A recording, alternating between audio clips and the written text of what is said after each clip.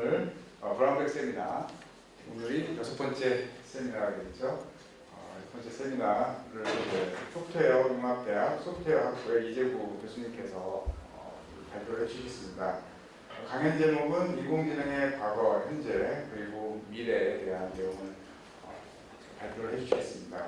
주요 간단한 양력을 말씀드리면 서울대 전기컴퓨터공학부 박사를 하셨고, 그 이후에 LG전자 CTO 부문 주임연구원과 그다음에 SK텔레콤 ICT 기술원 매니저를 하셨고, 그 이후에 국민대학교 소프트웨어학부 교수를 현재까지 역임을 해주시고 계십니다. 오늘도 마찬가지로 인공지능에 대한 내용에 좋은 말씀을 해주실 것입니다. 그래서 이 교수님의 발표를 청해서 듣도록 하겠습니다. 박수 좀 부탁드립니다. 네, 감사합니다. 소개받은 이재구라고 하고요. 네, 아마 처음 뵙는 자리에서 이렇게 여러분들과 함께 간단하게만 인공지능에 대해서 좀 얘기를 하려고 하고요.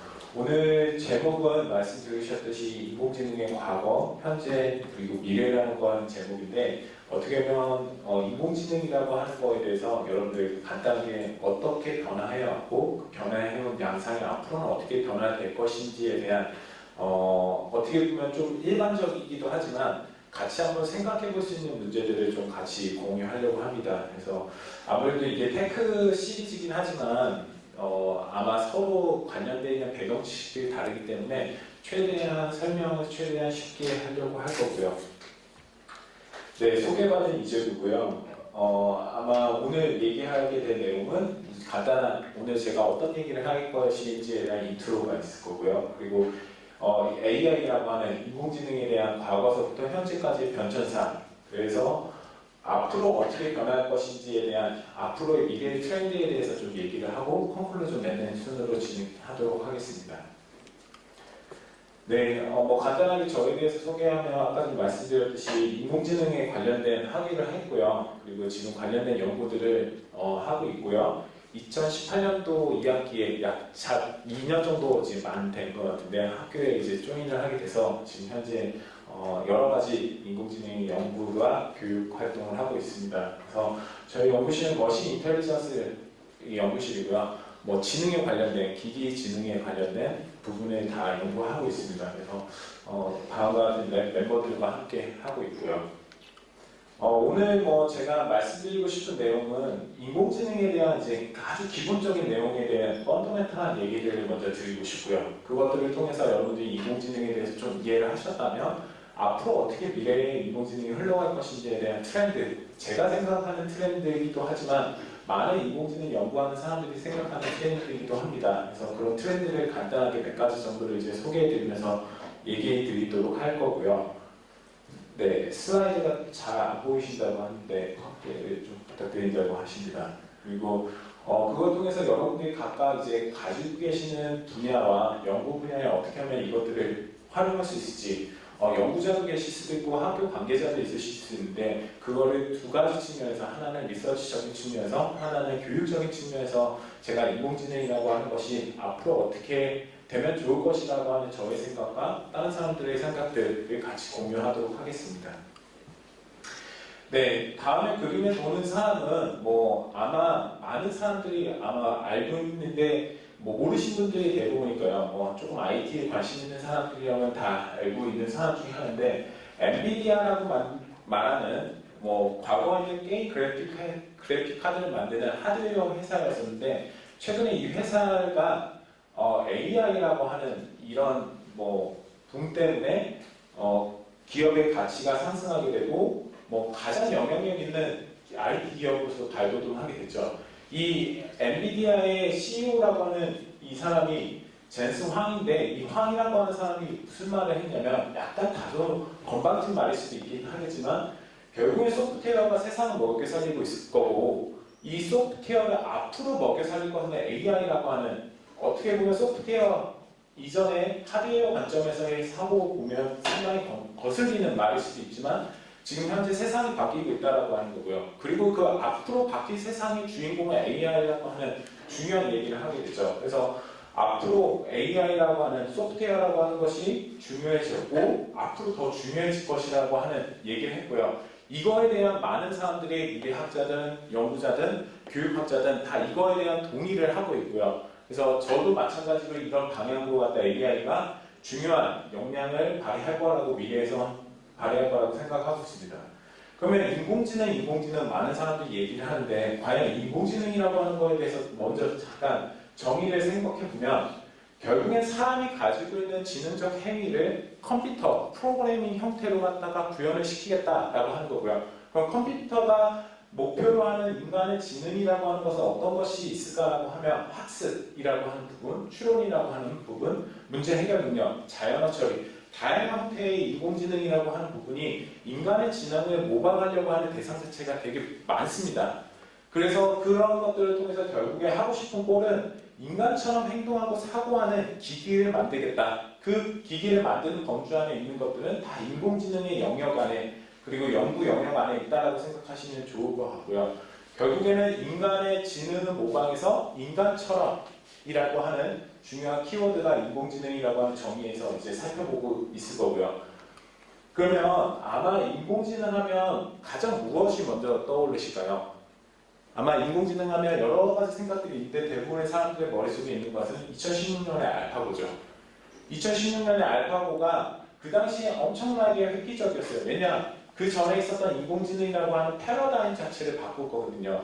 왜냐? 그 전에는 바둑이라고 하는 게임은 사람이 할 수 있는 지능적 행위 중에서 가장 고등화된 지능적 범주 안에 드는 게임이긴 하지만 고등화된 지능적 범위 안에 드는 행위였거든요. 그 행위를 뭐가 이겼죠? 결국에는 컴퓨터라고 하는 프로그램, 즉 AI라고 말하는 인공지능이 이기게 되는 아주 대격변을 맞이하게 됐죠. 결국에는 2016년에 5번의 대국이 있었고요. 그 당시에 최고의 천재 바둑 기사라고 하는 이세돌 구단과 붙어서 결과는 어떻게 됐죠? 4대1로 이세돌 구단이 딱 한 판을 이기고 나머지는 다 알파고가 이겼습니다. 그게 그 당시에는 저와 같이 인공지능을 연구하는 사람들조차도 예상하기 어려웠던 일이에요. 그만큼 대단한 일이었고 그 일을 통해서 많은 사람들의 일반 대중까지도 인공지능이라고 하는 것이 이제 대두가 되게 되고요. 그 알파고는 저희가 알고 있는 알파고는 이세돌 구간과 붙었던 알파고 리에서 붙었던 거고 그 알파고는 점진적으로 성장을 하고 또 성장을 해서 지속적인 학습을 통해서 성장을 해서 결국에는 인간이 한 번도 이길 수 없는 막강한 이제 하나의 바둑이라고 하는 분야에서 더 이상 대적자가 없는 경우가 되죠. 그래서 사람과 알파고가 74번을 붙었는데 딱 한 판 이세돌, 요즘에 젊은 애들이 말하는 갓이라고 하는 용어를 쓰는데 갓 이세돌이라고 하는 얘기가 나올 거예요. 그 말의 뜻은 앞으로 바둑에서는 알파고가 사람에게 더 이상 질 수 없는 영역의 경지에 넘어섰다라고 하는 부분이고요. 그 알파고가 2017년에는 알파고 제로가 되면서 더 이상 나는 호적수가 없어. 나한테는 더 이상 대적할 만한 바둑으로서는 이길 만한 사람은 없어라고 하고 돌연 은퇴를 합니다. 물론 알파고가 얘기한 건 아니고요. 알파고를 만든 딥마인드라고 하는 구글의 자회사에 있는 CEO가 얘기를 하게 해요. 그래서 그 은퇴를 하고 난 다음에 무엇을 했냐면 이제 우리는 알파고는 바둑이라고 하는 특수한 지능적 범주 안에 행위에 있는 것들을 풀었는데 이것들을 우리가 좀 더 리얼 환경에 즉 우리가 실제 문제에 적용할 수 있는 인공지능을 만들어 보자라고 해서 지금 의료라든지 교통이라든지 그리고 바이오라든지 그 다음에 여러 가지 영역에서 이것들을 문제를 풀게끔 알파고를 변형을 시킵니다. 그래서 알파고 폴드라고 해서 신약 개발할 때 사용하는 이제 알파고가 나오기도 하고요. 다양한 형태의 이제 알파고들이 등장하게 됩니다. 그래서 결국에는 이 AI라고 하는 것 자체가 결국엔 저 사람들은 이 알파고가 은퇴하고 저런 1년의 사방을 얘기하는 게 놀이터를 떠나서 결국엔 인간의 삶으로 들어온 인공지능이라고 하는 이제 비유를 쓰기도 하는데요. 인공지능이라고 하는 것 자체가 이 알파고와 같은 대단한 시스템만 있는 것이 아니고 여러분들 핸드폰에 있는 스피치 레코그니션이라고 하는 음성인식 비서 그 다음에 추천 시스템, 알게 모르게 여러분들이 다양한 곳에서 벌써 인공지능을 접하고 있습니다. 그 인공지능이라고 하는 것 자체가 대단한 기술일 수도 있고요. 대단하지 않고 여러분들에게 일상생활에서 있었을 때 되게 도움을 줄 수 있는 간접적으로, 직접적으로 도움을 줄 수 있는 대상으로 이제 반영하게 되고요. 그게 이제 많은 삶에서 이제 여러 가지 물건의 형태나 서비스 형태로 갖다 많이 보게 될 거예요. 그러면 인공지능이라고 하는 게 결국엔 2016년 알파고를 기억하고 있지만 이 역사라고 하는 것 자체가 중요한 이제 덕목이잖아요. 왜냐하면 과거를 통해서 우리가 현재를 알 수 있고 현재를 보면 미래를 알 수 있듯이 인공지능의 과거를 좀 살짝 살펴보면 인공지능이 2016년 해성과 같이 등장한 알파고와 같은 등장과 같은 딱 짧은 순간의 역사를 가지고 있는 게 아니에요. 결국에는 인간처럼 뭔가 만들겠다라고 하는 기계에 대한 니즈는 컴퓨터의 역사하고 똑같거든요. 그래서 컴퓨터의 역사가 시작했던 1940년도부터 시작을 했고요. 그 40년대부터 지금까지 약 80년의 시간 동안 다양한 우여곡절을 겪으면서 지금의 이제 단계에 들어오게 되고요. 이 단계를 크게 세 가지 단계로 사람들을 구분하게 됩니다. 첫 번째, AI라고 하는 거에 대한 정의, 그리고 사람들의 니즈가 있다라고 하는 것들을 통해서 무엇이 그럼 AI냐라고 하는 AI 정의부터 시작하는, 그리고 AI라고 하는 것이 어떤 판정을 해야지 AI냐라고 얘기했던 아주 근본적인 물음에부터 시작했던 시대가 그 당시의 시대고요. 아마 영화 이미테이션 게임들을 사람들은 많이 보셨을 거예요. 앨런 튜닝이라고 하는 천재 수학자이자 암호학자로 많이 알려졌는데 이 사람은 궁극적으로 인공지능의 아버지이기도 해요. 이 사람이 만들었던 게 튜닝머신이라고 말해서 어떻게 하면 인공지능인지 아닌지를 판단할 수 있는 근거를 제공했던 사람 중에 하나고요. 그 시대부터 시작해서 머신러닝의 시대, 즉 학습이라고 하는, 지능이라고 하는 큰 범주 안에 학습에 포커스를 맞췄던 시대, 그 다음에 그것들이 딥러닝이라고 하는 지금의 융성의 시대를 맞이하게 됐죠. 그 맞이하게 되면서 중요한 것들은 인공지능이라고 하는 게 자체가 지속해서 성장했다는 것이 아니고 중간중간에 되게 큰 어려움들이 있었어요. 예를 들면 인공지능을 하면은 연구비를 못 받을 정도의 이제 문제가 생겼던 이들이 있어요. 실제 지금 인공지능의 대가라고 하는 르쿤이나 3대 인공지능 대가들이 있는데, 힌튼, 르쿤이라고 말하는 사람들이 있는데, 이 사람들은 1980년도, 90년도라고 얘기하는 인공지능의 어떻게 보면 2차 윈터 시즌이라고 하는 시기를 잘 버텼고, 그 버틴 내공을 통해서 지금 현재 어마어마한 지금 명성을 누리게 있고 연구적으로 혜택을 많이 보게 됐죠. 그것 중에 하나는 아마 학교나 토론토라고 하는 그러니까 대부분의 토론토에 있는 학교에서 이제 연구를 하셨던 분들인데, 그 학교들의 지원과 꾸준한 이제 서포트가 있었던 것 같아요. 약간은 어떻게 보면 그 당시에 사람들의 생각으로 봤을 때는 돈 벌이는 이익가치가 보였지만, 그게 현재 지금 30년이 지났을 때, 20년이 지났을 때, 그 당시에 인공지능을 해서 다 굶어 죽는다라고 얘기했던 시기를 버텼던 사람들이 지금의 이제 인공지능의 활성화된 시기에서의 위너가 됐던 거라고 저는 생각하거든요. 그래서 아마 연구하는 측면에서도 인공지능이라고 하는 것 자체가 앞으로 윈터 시즌에 다시 한번 맞이하지 않을 거라고 하는 보장은 없어요. 그런데 제 생각인데 그 시기를 어떻게 현명하게 잘 대처를 하느냐에 따라서 승자가 될 수 있고 패자가 될 수 있다고 저는 생각을 합니다. 그래서 간단하게 인공지능의 역사를 말씀드렸고요. 그 역사에 대해서 이제 간단한 비디오를 하나 볼 건데, 이 비디오는 이제 지금 제가 간단히 설명드렸던 인공지능의 흐름을 이제 설명하는 하나의 비디오입니다. 예, 소개해 주시죠.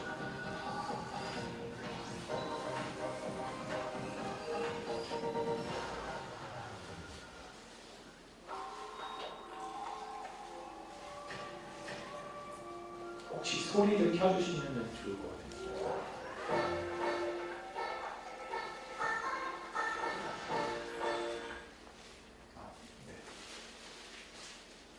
안 되면 그냥 플레이 해주십시오.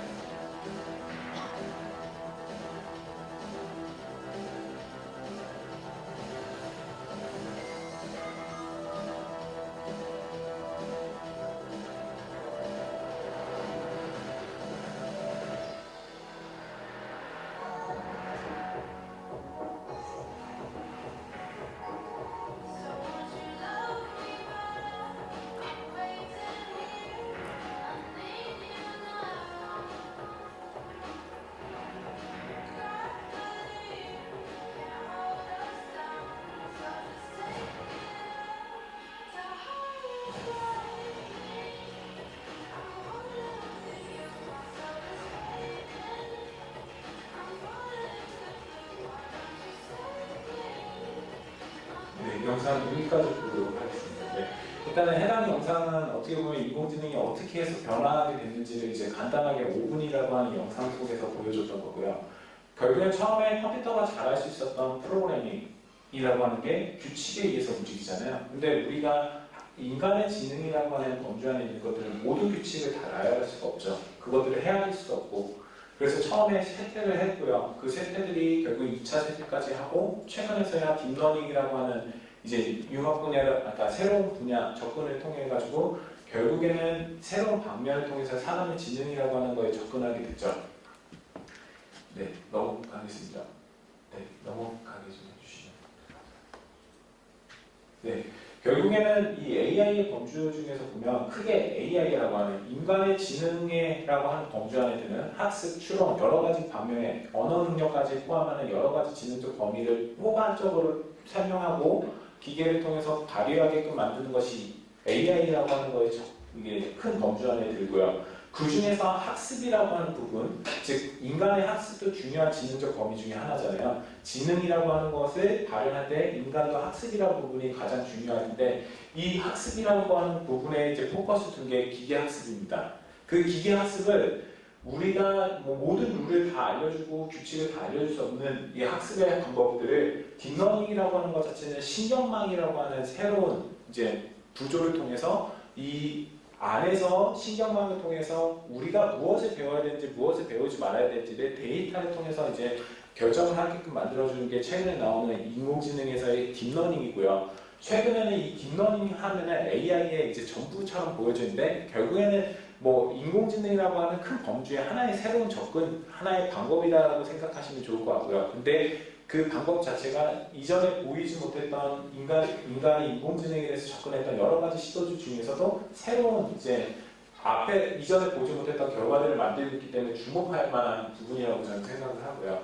결국에는 이 ANN, 즉 딥러닝이라고 하는 것 자체는 깊은 인공신경망을 학습시키는 학습의 이제 방법 중에 하나라고 말씀드렸고, 이 딥러닝이라고 하는 것 자체의 이제 근본은 사람의 뇌에 있습니다. 사람의 뇌에서는 지능적 행위의 근본이잖아요. 그 지능적 행위의 근본이 뇌는 어떤 메커니즘으로 이루어지죠? 저는 생물학자가 아니기 때문에 정확하게 설명할 수는 없지만 뇌의 정기적 신호들의 염세적인 반응에 의해서 일어나잖아요. 그것들에 사람들이 착안을 했고 이제 이해를 했고, 그러면 우리가 인간의 지능을 모방하려면 컴퓨터도 그럼 인간의 뇌를 모방해보자라고 하는 것 자체가 사이버네틱이라고 하는 인공두뇌학이고요. 이 인공두뇌학에서부터 시작을 하게 되고, 이 인공두뇌학이 결국에는 컴퓨터가 가장 잘할 수 있는 게 4친연산, 덧셈, 뺄셈, 곱셈 이런 것들이잖아요. 사람보다 훨씬 잘할 수 있잖아요. 그런 덧셈, 뺄셈, 곱셈, 나눗셈 이런 4친연산을 기반으로 해서 연산이라고 하는 거에 기반을 해서 사람의 뇌를 모방하게 된 게 이제 인공신경망이고요. 이 인공신경망은 깊게 사람의 뇌도 뉴런 하나만 있는 게 아니고 뉴런들의 다발로 연결되어 있는 신경망이라고 하는 형태를 가지고 있잖아요. 그래서 이 인공신경망도 네트워크 형태를 만들게 돼서 그것들을 학습시키게 되고, 그 학습시키는 것들의 주된 것들이 이제 딥러닝이라고 하는 거고요. 이 딥러닝이라고 하는 것 자체를 학습시키기 위한 여러 가지 신경망들이 이제 주어져 있는 문제, 데이터에 맞게끔 특화되어서 구조를 만들 수 있고요. 결국에는 이전에 있었던 클래식한 학습 방법과 딥러닝이 무엇이 차이가 있는지라고 아마 고민이 되시고 궁금하실 건데, 가장 큰 차이는 사람의 개입이 있느냐 없느냐예요.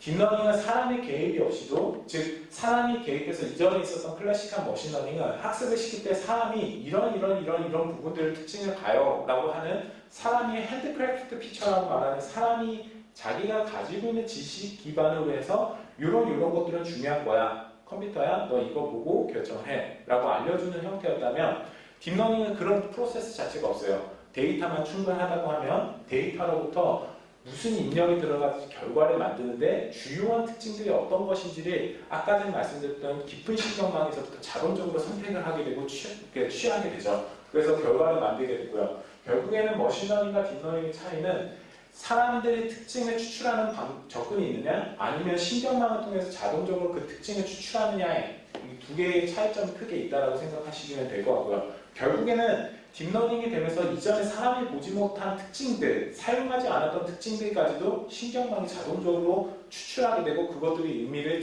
활용하게 되는 것들을 가능하게 되겠죠.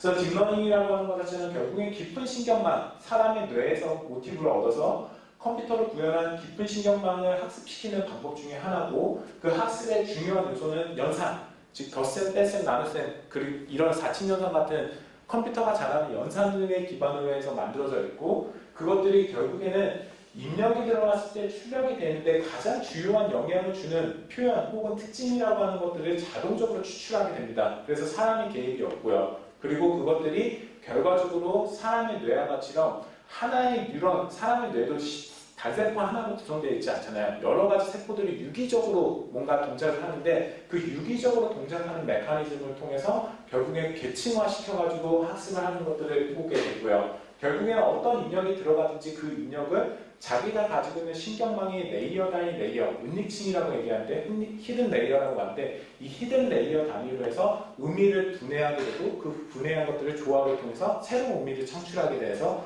우리가 결과값을 만드는 것들을 확인할 수 있죠. 그래서 아마 이런 사진 한 장이 들어가면 이 사진에 있는 점성분이라든지 그리고 선, 이런 아마 낮은 층의 이제 이 신경망의 층에서는 아주 간단한 형태의 사진을 뽑으려고 하는 면이나 선이나 이런 점, 이런 간단한 형태의 특징들을 뽑으려고 할 거고요. 그것들이 층을 거듭하면 앞에서 뽑혔던 특징들의 조합들을 통해서 좀 더 추상화된 형태로 갖다 뽑아서 결국에는 우리가 출력층에 가까워지는, 신경망이 깊어지면서 출력층에 가까워질 때에는 보다 우리가 입력을 들어왔을 때 그것들을 딱 구분할 수 있는 특징들만 추출되게 되는 효과가 있게 되는 게 이제 딥러닝이라고 생각하시면 좋을 것 같아요. 이런 딥러닝이 여러 가지 문제들을 풀었어요. 아마 알파고의 문제뿐만 아니고 여러 가지 문제들을 풀고 있고요.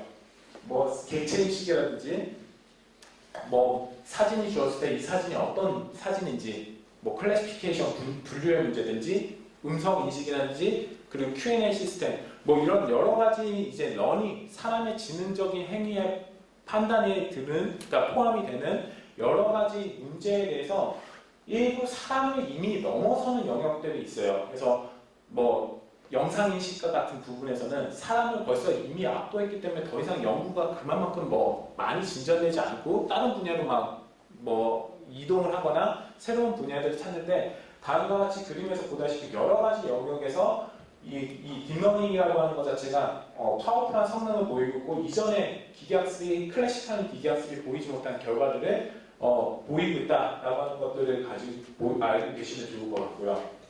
그래서 최근에 이 딥러닝이라고 하는 게 그럼 어떤 일들을 할 수 있느냐, 뭐 다양한 태스크에서부터 사람을 압도한다고 말씀을 드렸는데, 그럼 어떤 일을 할 수 있는지에 대해서 궁금하시잖아요. 그 2020년도 현재의 딥러닝이 어떤 것들을 할 수 있는지를 볼 수 있는 영상이고요. 해당 영상은 엔비디아에서 제공되는 영상인데, 엔비디아에서 1년에 한 번씩 AI 컨퍼런스를 크게 합니다. 뭐 물론 올해는 이제 온라인으로 하긴 했지만, 그 1년에 한 번씩 컨퍼런스, 테크 컨퍼런스를 하면서 그 당시에 AI가 가장 핫하게 바라보고 있는, 그리고 AI 기술이 가장 핫하게 활용될 수 있는 분야들을 이제 선정을 해서 영상 형태로 만드는 건데 한번 보시죠.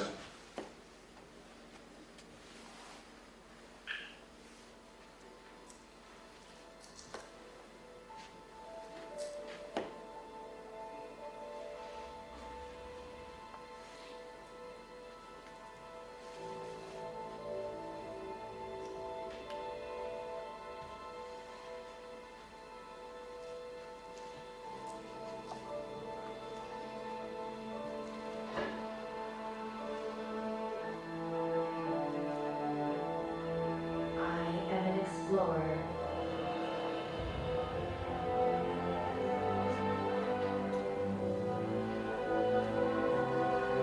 Searching for the origins of our universe.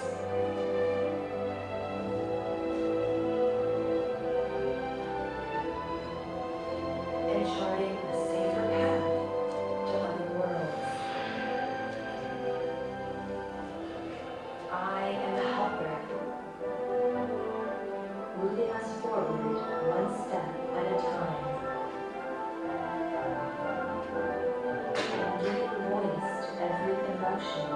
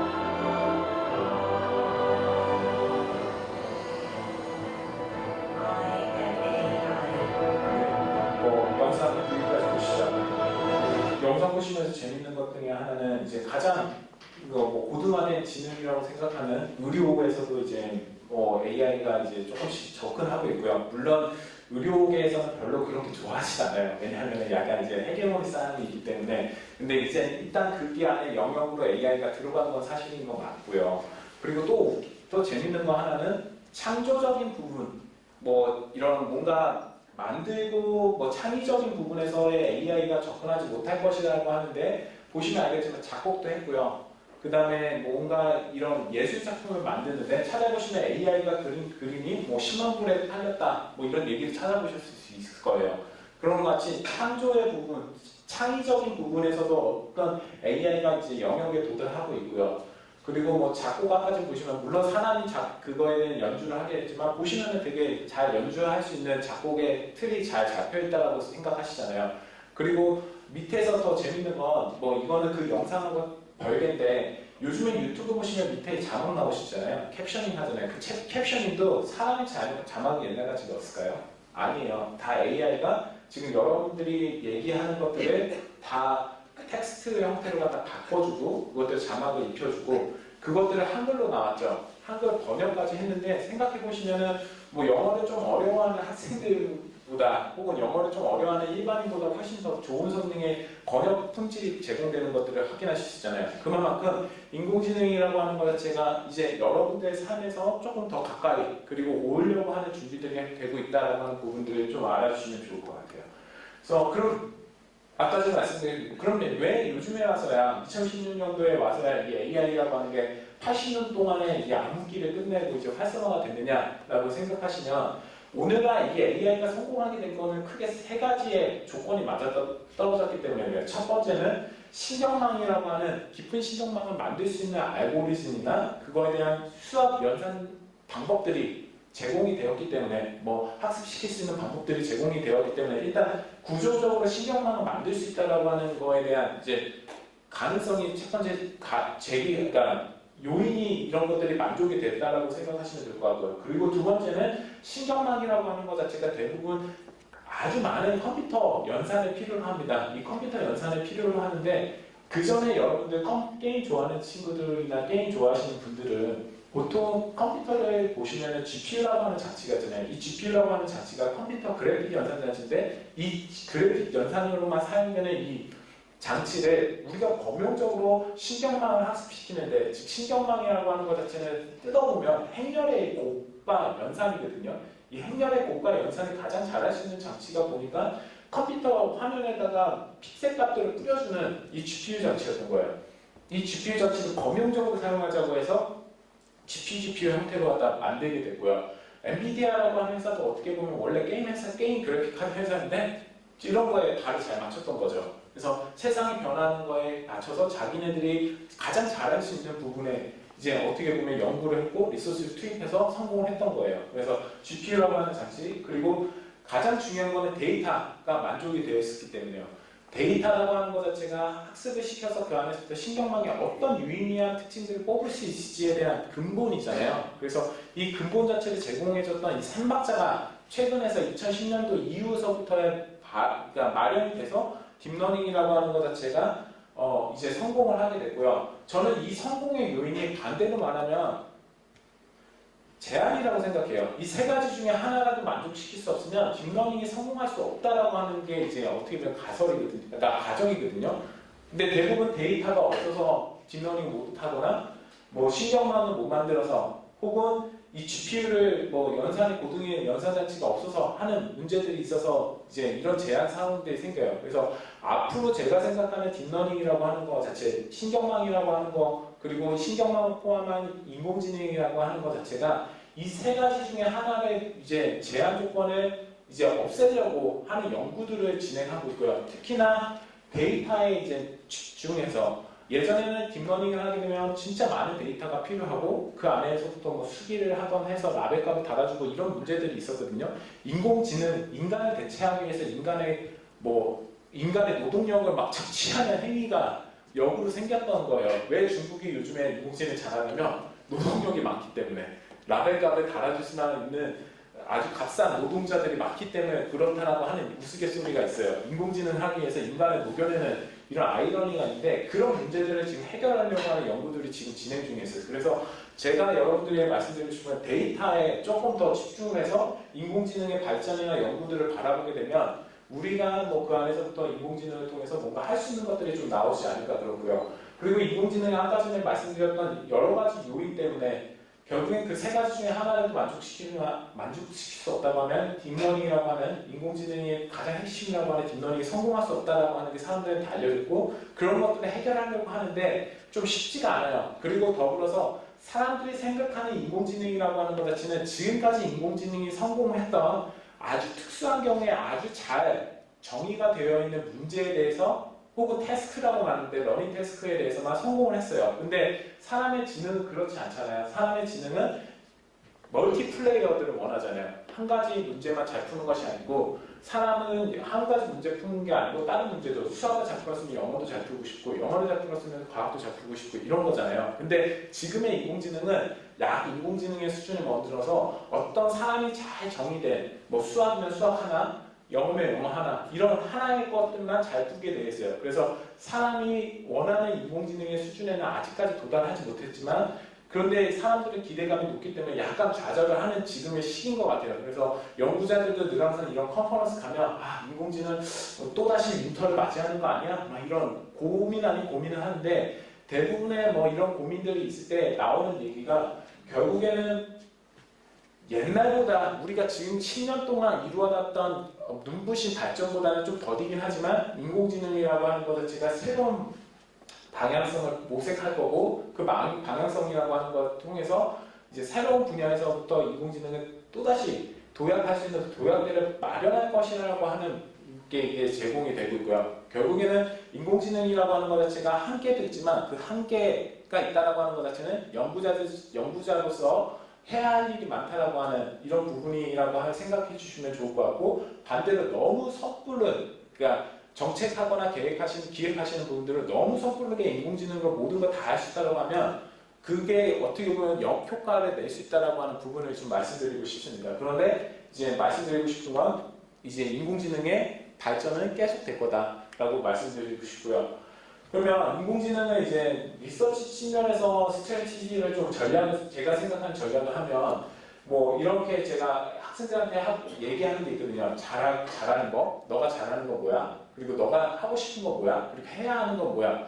그리고 가장 성공하려면 이 세 가지가 맞아떨어지는 공통 공부 안에 들어가는 것들을 해야 된다고 생각하는데 지금 하고 싶은 거는 뭐 지속적인 학습, 인공지능으로 이제 발전하기 위한 여러 가지 연구들을 지금 진행하고 있고요. 데이터에 대한 디펜던시를 줄이려고 하는 연구들 포함해서 지속적인 학습을 하려고 하는 여러 가지 연구들을 진행하고 있고 해야 하는 것들은 지금 코로나 때문에 바이오 헬스케어에 대한 니즈가 많아졌어요. 그것들을 해결할 수 있는 방법이 이 AI라고 생각하는 사람들이 대부분일 거고요. 마찬가지로 그 AI가 많은 부분을 해결할 수 있을 거라고 생각합니다. 그래서 해야 하는 것들, 뭐 바이오라든지 헬스케어, 그리고 셀프 드라이빙, 그리고 요즘에는 기후 문제, 그러니까 환경에 대한 문제에서도 AI가 예측을 하는 거나 이런 플래닝을 잘하기 때문에 그런 부분에서도 조금 더 이제 활용될 수 있을 거라고 생각을 하고요. 그리고 잘하는 거는 우리가 잘하는 거에 집중해야 돼요.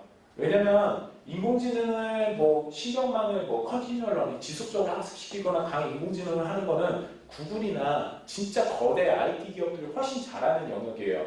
그리고 아까 전에 말씀드렸지만 인공지능이 성공하게 된 세 가지 요인이 있잖아요. 첫 번째 깊은 신경망 만들고 두 번째 그 GPU 장치, 연산장치, 세 번째 데이터 이 세 가지를 다 가지고 있는데 생각해 보시면 구글이라고 하는 거대 공룡들이 다 대부분 연산장치도 있고 그걸 만들 수 있는 박사들도 많고 그 다음에 데이터도 많아요. 그래서 그런 공룡들하고 싸움을 하게 되면 결국엔 우리가 이길 수가 없어요. 그리고 실제적으로 AI라고 하는 거에 대해 주요한 이제 정점을 찍는 연구들을 보면 대부분 페이스북이나 구글이나 뭐 엔비디아 이런 회사에서 나오는데 그러면 학교는 대부분 옛날에는 학교의 주도를 통해서 인공지능이 발전했다고 하는데 지금 그 패러다임이 바뀌었거든요. 지금 더 이상 학교가 따라갈 수 없는 영역에 있어요. 그러면 우리는 어떻게 해야 될 것이냐? 학교는 그러면 우리는 그냥 따라가기만 해야 될 것이냐라고 생각하면 저는 반대라고 생각합니다. 우리가 잘하는 데에서 AI를 적용하는 게 맞다고 생각해요. 교육 쪽에 우리가 가지고 있는 데이터가 무엇이 있는지를 잘 살펴보고 그 데이터한테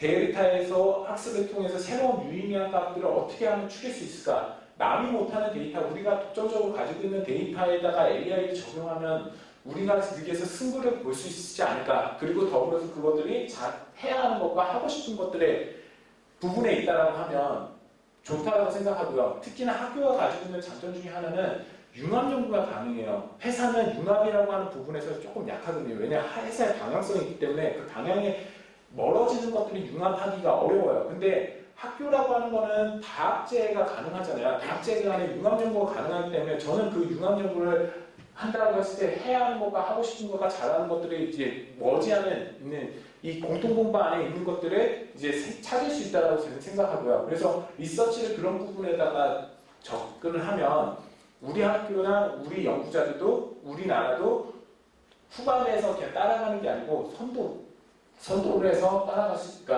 앞에 쓸 수 있다고 저는 생각하고요.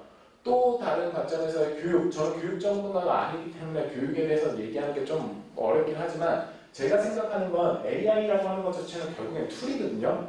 그러면 이 툴을 결국에는 어떻게 가르칠 거냐라고 하는 타겟이 두 가지로 접근될 수 있을 것 같아요. 하나는 툴을 만드는 장인을 만드는 메이커를 어떻게 하면 잘 교육시킬까? 그러니까 즉 뭐 칼을 만든다고 하면 대전장인을 어떻게 하면 잘 만들 건가?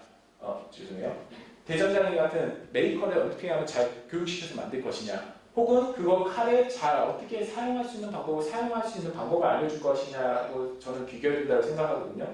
그럼 그 AI라고 하는 것 자체를 도구를 만드는 사람은 몇 명 필요하지 않아요. 솔직히 말해서 구글이나 이런 데서 잘 만들어주면 그것들을 잘 활용할 수 있는 도구를 잘 사용할 수 있는 사용자를 교육시키는 게 맞다고 생각하고, 앞으로의 인공지능 시대에서는 그 도구를, 인공지능이라고 하는 도구를 자기의 영역에서 자기의 전공에서 얼마만큼 잘 활용할 수 있는지에 따라서 그 사람의 가치가 대변될 수 있다고 생각하거든요. 그래서 교육도 약간 이제 유저 쪽에 이제 저는 포커스가 되어야 된다고 그러니까 즉 잘 도구를 사용할 수 있는 방법을 알려줘야 된다고 생각하고요. 그래서 어플라이드 AI, 즉 AI를 잘 사용하고 활용할 수 있는 능력을 키우는 AI에 좀 학교가 집중을 하면 교육적으로 좀 승부를 볼 수 있지 않을까 생각을 하고요. 그래서 뭐 이런 얘기에서 사과를 깎는데 다음 주 칼이 있는데 어떤 칼을 쓰실 거라고 하면 스워드 같은 긴 칼을 떠가지고 그러니까 사과를 깎는 분은 없을 거잖아요. 보통 어떻게 하시죠? 나이프, 아주 과도 칼을 이용해서 적절한 칼을 사용할 수 있고 그 활용 범위에 맞춰서, 즉 AI라고 하는 것들이 너무 과도하게 사용하지도 않고 내가 필요한 문제에 딱 적당한 AI를 활용할 수 있는 능력, 그리고 그것들이 어떤 것인지를 선택할 수 있는 능력을 학생들한테 가르쳐 준다고 하면 그것들이 이제 좋은 어플라이드 AI의 시작이지 않을까 생각하고요. 더불어서 이제 윤리적인 거나 도덕적인 문제가 이제 앞으로 대두가 될 텐데, 아직까지는 대두가 되지 않았지만 앞으로 대두가 될 텐데, 도구도 어떤 도구, 어떤 칼을 쓰느냐에 따라서 사람들의 살릴 수 있는 칼이 되거나 사람을 죽일 수 있는 칼이 되는 것 같아요. 그래서 학교에서 이런 부분을 해야 된다고 저는 생각하거든요. 왜냐하면 사용하는 것만 알려주면 나중에 이것들이 악용될 수 있어요. 인공지능 하시면은 분명히 보시는 게 동전의 양날이에요.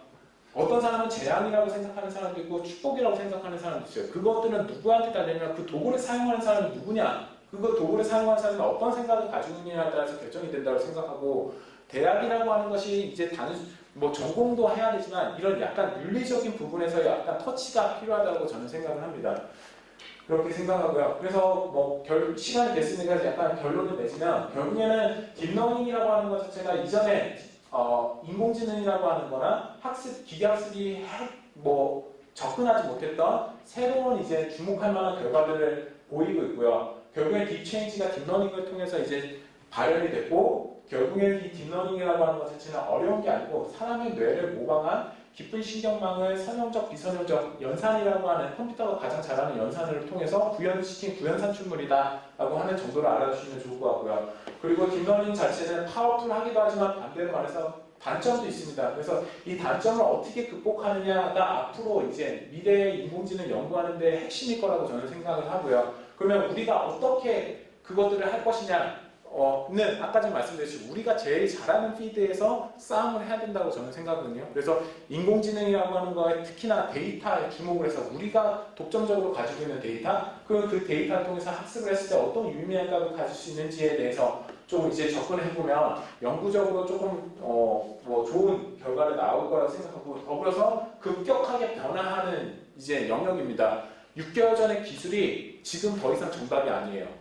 지금 기술이 앞으로 1년 후에 그 기술이 스테이트 오브 아트, 소타를 찍고 있다라고 할 수 없다라고 말씀드리고 싶어요. 그렇기 때문에 계속 뭐 전공자든지 비전공자든지 조금 귀를 그쪽으로 조금 세우시고 인공지능에 대해서 조금 관심을 가지고 듣고 계시면 그거에 대해서 좋은 이제 뭐 모티베이션을 얻지 않을까 생각하고요. 그리고 AI라고 하는 것 자체는 툴이라고 저는 생각을 하고 있고요. 이 툴을 어떻게 사용하느냐, 그리고 사용하는 방법을 어떻게 가르치느냐에 따라서 대학 교육이나 뭐 리서치 측면에서 우리가 취해야 될 전략이 어떤 것인지를 생각할 수 있고요.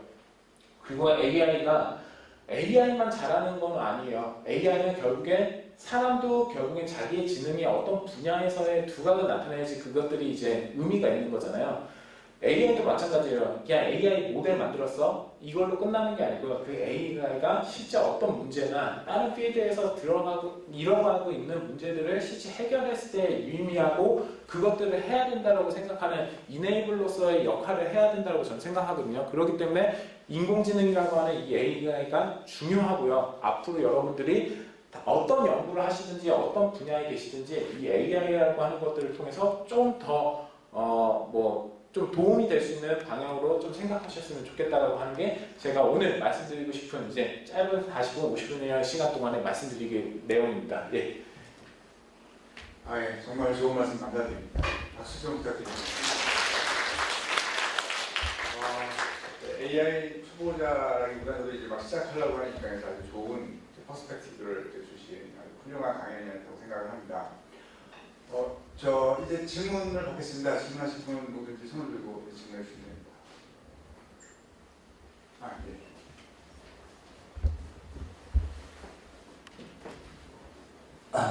네, 감사합니다. 좋은 강의 잘 들었습니다. 그 질문은 이제 지금 현재 딥러닝에서 가장 최중요한 이제 DNN이라고 하는 이제 뉴럴 네트워크나 그리고 데이터 그리고 GPU가 이제 꼭 필요하다고 말씀드렸는데, 그러면 제가 생각하기에는 이제 아마 저 셋 중에서 가장 먼저 저 한계 극복하고 저 셋 중에서 빠져나갈 수 있는, 그러니까 두 개로만 운영이 가능해지는 게 아마 저는 빅데이터가 가장 먼저 빠지지 않을까 생각하고 있거든요. 왜냐면 뭐 AI를 만드는 AI 뭐 이런 얘기도 나오고 있어서 적은 데이터로도 스스로 합숙을 해가지고 빅데이터만큼의 이제 그런 효과를 낼 수 있을 거라고 이제 예상을 하는데, 혹시 교수님은 저 세 개 중에 어느 게 가장 먼저 이제 더 발전된 걸로 빠지게 될지 좀 견해를 좀 여쭙고 싶습니다. 예.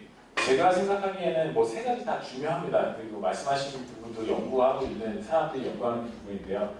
일단 제 생각인데, 이건 제 견해인데 GPU가 가장 먼저 빠질 것 같아요. 왜냐면 GPU는 사실 돈만 있으면 살 수 있는 장치잖아요. 그리고 이 GPU라고 하는 장치를 물론 회사 같은 데에서는 보통의 한 대당 GPU 한 대당 1,000만 원짜리를 수천 대를 돌려서 모델을 돌리는 경우들이 있어요. 근데 그런 모델들은 대부분 저희가 접할 수 있는 모델들은 아니거든요. 그 일반화된 모델들은 아니에요.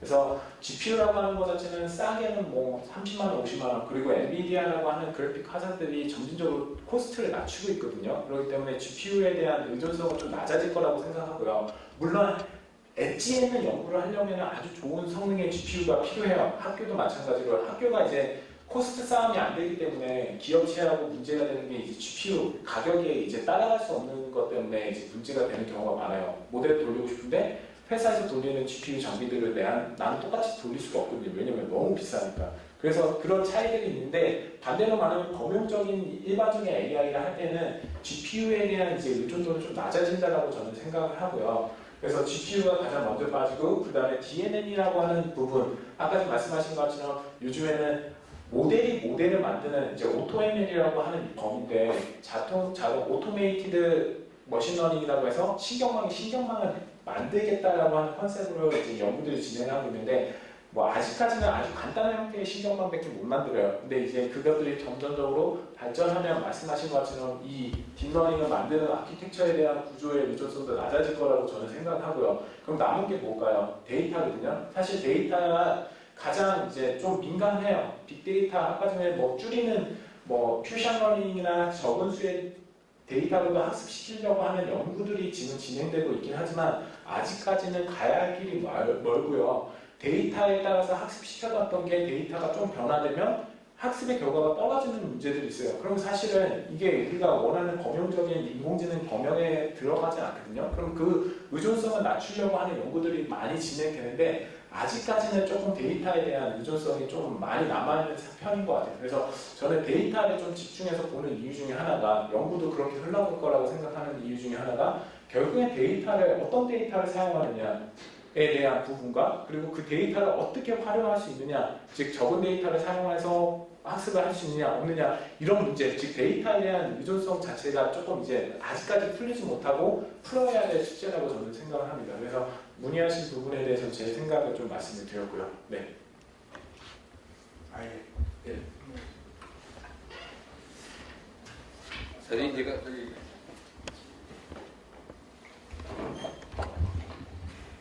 AI에 대해서 몇 번째 수업을 듣고 앞으로 어떤 방향으로 풀어가면 좋을까 이제 정말 고민을 좀 해봤는데 오늘 좀 얘기를 듣고 나니까 조금 나름대로 진짜 갈 길은 보이는데 진짜로 이게 국민대에서 가능한 일인가라는 생각이 갑자기 좀 들었거든요. 이제 왜 그런 생각이 좀 들었냐면 좀 얘기가 길어질 것 같은데 저도 오늘 수업 시간에 AI 교육은 이제 우리 학생들 반드시 배워야 된다. 특히 바이오는 AI를 배워야 된다. 이제 하는데 얘기한 것 중에서 제가 제일 먼저 와닿는 거는 이제 빅데이터. 사실은 바이오 하는 사람들은 빅데이터를 잘 모릅니다. 솔직하게 제가 말씀드리면 저희 실험실에 있는 데이터는 실험에 나온 근거한 자료이지 그 데이터를 어떻게 컬렉션하고 그 다음에 프로세싱하고 그걸 어떻게 빅데이터로 하는지는 전혀 몰라요. 이런 부분이 안 되고서 데이터를 어떻게 우리가 대학 내에 자료가 있을 것인가. 물론 제가 공과대는 잘 모르겠어요. 차이공대는 잘 모르겠는데 바이오 쪽에서는 아마 가지고 있는 데이터가 아마도 솔직하게 말씀드려서 기대치 이하라고 보시면 맞으실 거예요. 그럼 그걸 할 수 있는 사람은 누구냐? 바이오 하는 사람들은 또 이쪽 부분에 굉장히 약하거든요. 수학이나 연산 이런 알고리즘 이런 거 굉장히 약하거든요. 그래서 제가 생각한 거는 이제 정말 DNN부터 진짜 공부를 시켜야 되겠구나.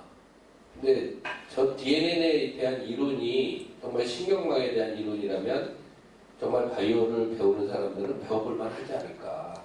그럼 저걸 누가 가르치는가? 누가 가르쳐야 될 건가 하는 생각이 좀 들었거든요. 제일 먼저 가르쳐 주셨으면 좋겠다는 생각이 든 거는 기계에 대한 부분은 진짜 아까 외부에다 맡기더라도 또 전문가한테 맡기더라도 제가 사실 과기부의 인력 양성 사업 중에 하나를 받기는 했는데 지금 못하고 있는 게 하나 있어요. 왜냐면 바이오 데이터를 컬렉션하는 겁니다. 근데 그 컬렉션에서 뭐에다 써야 될지 어떻게 가공을 해야 될지 그걸 잘 모르겠거든요.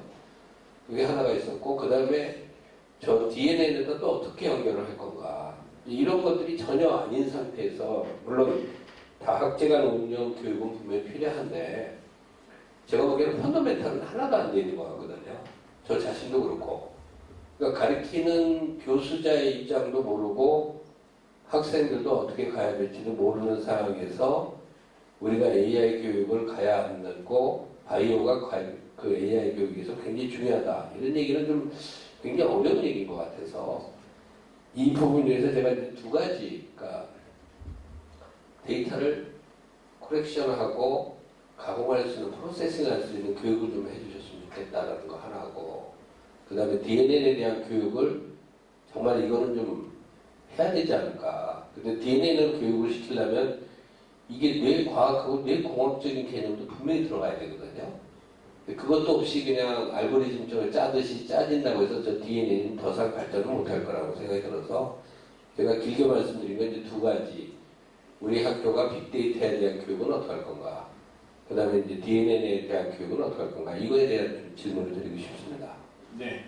그 이제 두 가지 질문을 주셨는데 첫 번째는 이제 빅데이터를 처리하고 가공하는 데에 대한 교육과 그 가능성에 대한 부분하고요. 두 번째는 그 가공인 데이터를 처리할 수 있는 신경망을 어떻게 교육할 거에 대한 이제 얘기를 하셨는데 아마 지금 뭐 알다시피 인공지능이라고 하는 시대는 도래했지만 사실 그 인공지능의 리소스라고 말하는 원료라고 말하는 데이터를 이제 충분하게 가지고 있는 집단들은 많지가 않아요. 아까 전에 말씀드렸듯이 구글이나 뭐 공룡이라고 말하는 IT 공룡이라고 하는 일부 회사들만 가지고 있고요. 근데 지금 회사들, 한국의 회사들이나 후발주자들이 하는 일들은 뭐냐면 일단 디지털 트랜스포메이션, 결국엔 데이터를 어떻게 수집을 할 건지에 대해서 먼저, 그러니까 인공지능은 인공지능 나름대로 발전해야 되는데 그 전에 우리가 해야 되는 일은 뭐냐면 데이터부터 수집하자라고 하는 게 먼저 맞는 것 같아요. 그래서 데이터가 수집이 되지도 않는, 준비가 되지도 않은데 인공지능 도입한다고 하는 것 자체는 뭐 선후 관계가 잘못됐다고 저는 생각하고요. 그래서 지금 아마 인공지능을 하고 있는 뭐 대부분의 회사들 중에 많은 회사들이 지금까지 한 4, 5년 동안에는 AI 연구보다는 데이터를 어떻게 하면 자기네들 내부 데이터를 수집하고 컬렉션 할 수 있는지에 대한 역량을 많이 기울였어요.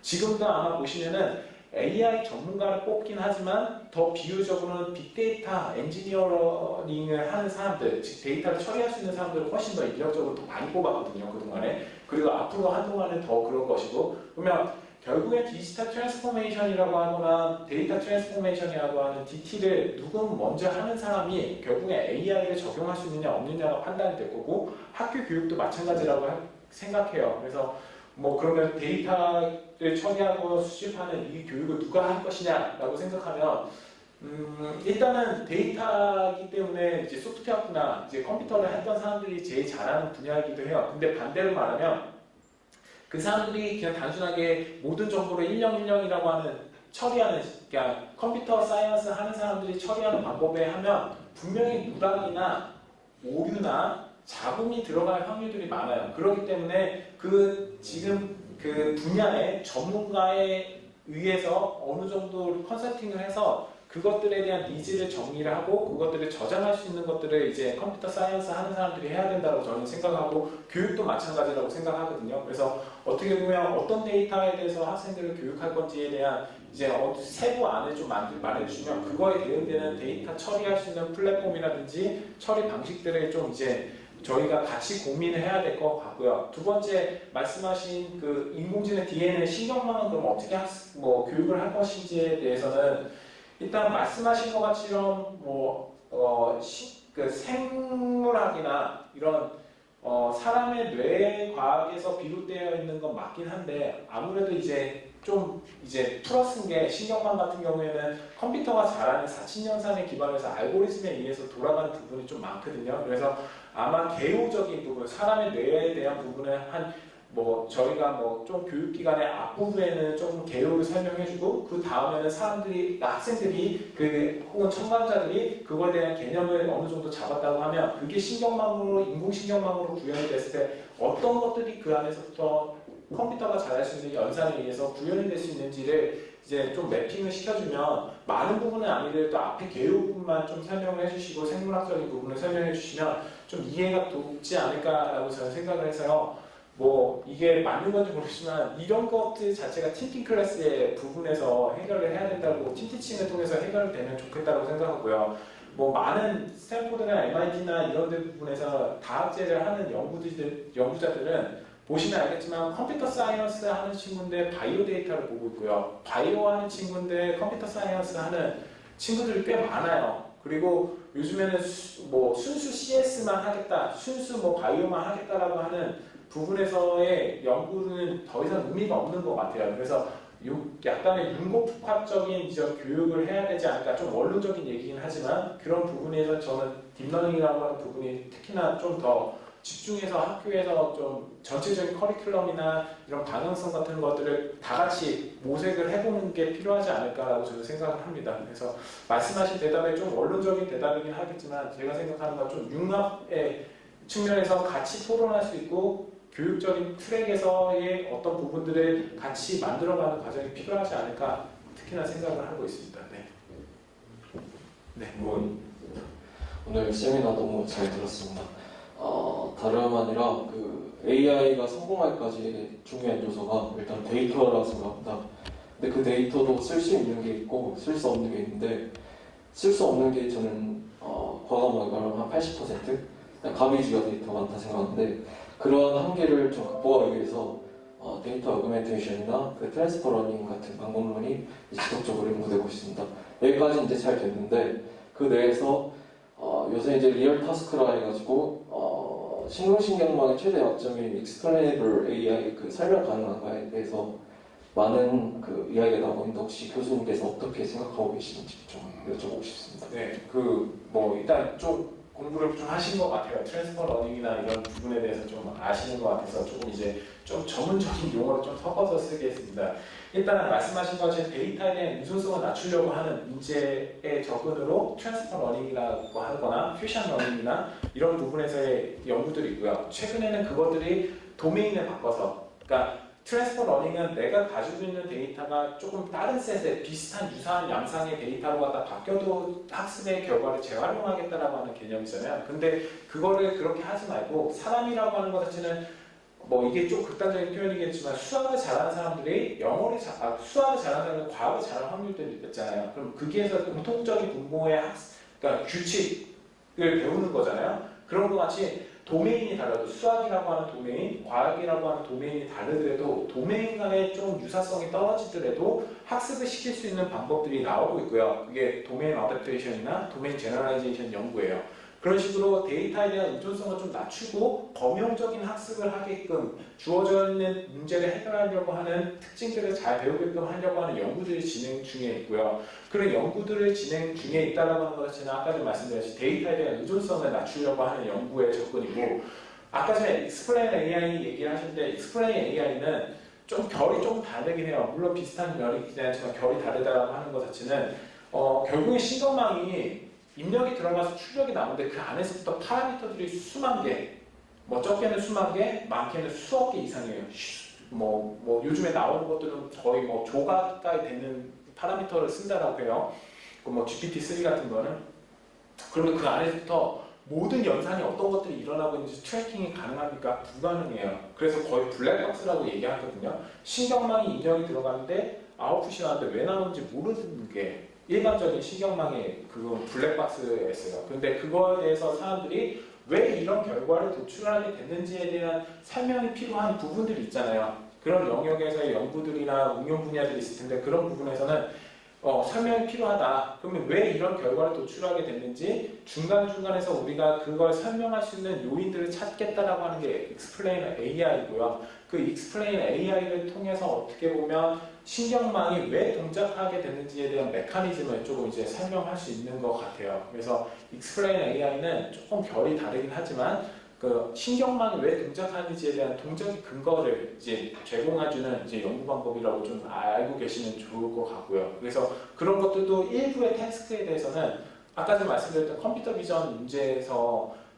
사람보다 훨씬 더 잘한다고 지금 말씀드렸잖아요. 신경망이. 그런 부분에서는 Explain AI가 잘 동작해요.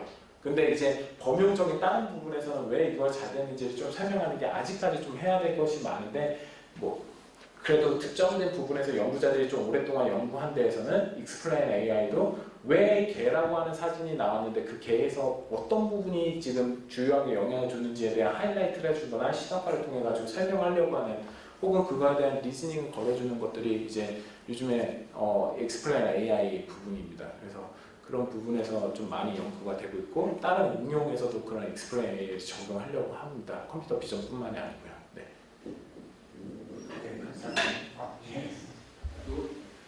그냥 개인적인 관심사로 사는 걸 여쭤보고 싶은데 저기 인공 신경망을 보면서 하나 느꼈던 건데 커넥션 하면서 계속 내려서 결론을 도출하잖아요. 피드백이라는 기전은 있습니까? 그러니까 이 우리가 소위에서 에발루에이션 검증하는 단계. 있죠. 그러니까 신경망이 이게 구조적으로 안 나왔지만 입력이 들어가면요. 입력이 들어가서 출력값을 내렸잖아요. 그러니까 이거는 세팅 자체가 슈퍼바이드 문제라고 해서 x하고 y의 상관관계가 주어지는 거예요. 개 사진을 주고 개라고 하는 라벨 값을 주는 경우의 문제 세팅을 일반적으로 얘기를 할게요. 그러면 입력이 들어갔으면 개 사진이 들어갔으면 개 사진이라고 하는 거에 대해 개라고 하는 예측값을 내렸잖아요. 그럼 예측값을 내리는 거에 대해서 우리가 학습이라고 하는 사람의 학습도 어떻게 공부를 하냐면 우리가 문제지를 풀면 문제지에서부터 답안을 맞추고 그 답안을 보고 답안지에 맞춰서 내가 몇 점을 맞았는지 보고 내가 뭘 공부를 덜 했는지 더 필요한지를 판단하잖아요. 그게 이제 사람의 학습이거든요. 학습의 정의를 보면 결국에 경험을 통해서 어떤 문제, 태스크를 푸는데 결국에 퍼포먼스가 점진적으로 증가하는 게 학습의 범주 안에 드는 정의거든요. 그러면 컴퓨터의 기계학습도 마찬가지 똑같은 거예요. 데이터 통해서 뭔가를 배우는데 그 데이터를 통해서 배우는 결과가 내가 주어진 문제, 분류의 문제라고 하면 분류를 제대로 할 수 있는 퍼포먼스를 정량적으로 척도를 만들어 놨을 텐데 그게 뭐 코스트 펑션이나 로스 펑션이라고 얘기하는데 그 로스 펑션을 보고 점진적으로 증가하도록 중간에 있었던 가중치를 갱신하는 과정들을 이제 수행을 하고요. 그 가중치 갱신하는 것 자체가 오류 역정파라고 하는 이제 학습시킬 수 있는 방법을 제공합니다. 그래서 아까 좀 말씀하신 것처럼 신경망이 데이터를 통해서 뭔가 규칙을 찾는 게 파라미터로 녹아드는데 그 파라미터가 결국에는 내가 데이터 결과를 맞추는 거에 의해서 잘 맞추면은 그 파라미터가 올바르니까 놔둬도 되고 혹시 그 파라미터가 잘못돼서 결과가 이상값이 나왔다고 하면 그거를 수정하려고 하는 그 메커니즘이 동작이 되고 있고요. 그 동작하는 메커니즘 통해서 데이터로부터 어떤 특징들을 자동적으로 배울 수 있는 게 가능합니다. 네. 네, 좋은 질문과 답변 감사드립니다. 저희가 그 차세대 시스템에서 이제 학교 전체적으로 AI 존도 좀 만들거든요. 그래서 앞으로 이 AI 존을 어떻게 운영하면 좋을지 혹시 마지막으로 한마디 좀 코멘트 주시면 감사하겠습니다. 제가 학교에 온 지 얼마 안 돼서 이런 말씀을 하는 게 좀 조심스럽긴 하지만 아까 좀 말씀드린 것처럼 우리가 잘할 수 있는 분야에 데이터를 수집하는 것부터 시작을 해야 됩니다. 그러니까 AI를 적용하는 건 누구나 다 잘 알 거예요. 근데 AI를 하기 위해서는 선조건이 있거든요. 근데 대부분의 사람들이나 회사들이 선조건을 생각하지 않아요. 아까 좀 말씀드렸던 것처럼 GPU가 필요하고 신경망 짜는 사람이 필요하고 가장 중요한 건 데이터가 필요한데 데이터를 수집하는 일부터 시작하지 않고 저장하거나 가공하는 일부터 시작하지 않고 AI를 적용하는 건 의미를 찾는 건 좀 잘못됐다라고 저는 생각하고요. 그래서 아마 차세대 시스템에서도 이런 데이터를 수집하는 것부터 시작을 해서 결국에는 거기에서부터 유의미한 것들을 도출하도록 그리고 우리가 제일 잘할 수 있는 데이터로 제일 잘할 수 있는 필드에서 의미를 찾는 것이 가장 좋지 않을까 저는 생각을 합니다. 네. 혹시 더 다른 질문 있으신가요? 네. 예. 마지막 질문 하나 받고 마치도록 하겠습니다.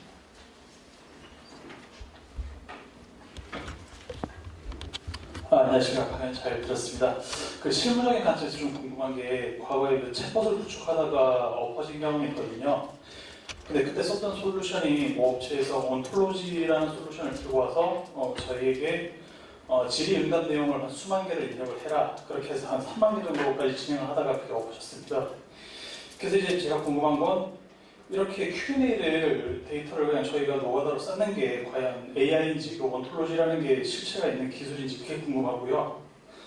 그 다음에 두 번째로는 그 콜센터의 음성 데이터를 그걸 Q&A 데이터로 이렇게 뭐 텍스트로 변환해서 기본 데이터로 쓸 수 있는지 좀 그런 해결책이 있는지 궁금합니다. 네, 일단 뭐 말씀하신 것 중에 토폴로지 기반의 Q&A 시스템은 이제 제가 말씀드렸던 클래시컬한 머신러닝 범주 안에 있고요. 지금 그게 패러다임이 딥러닝으로 바뀌고 있는 추세고 딥러닝이 이전에 토폴로지가 가지고 있었던 아까 좀 말씀하신 내가 모든 룰을 다 정해서 집어넣어야지 결과를 나오는 이제 어떻게 보면 비효율적인 방법에 의해서 결과를 만드는 게 맞냐라고 물어보신 거잖아요.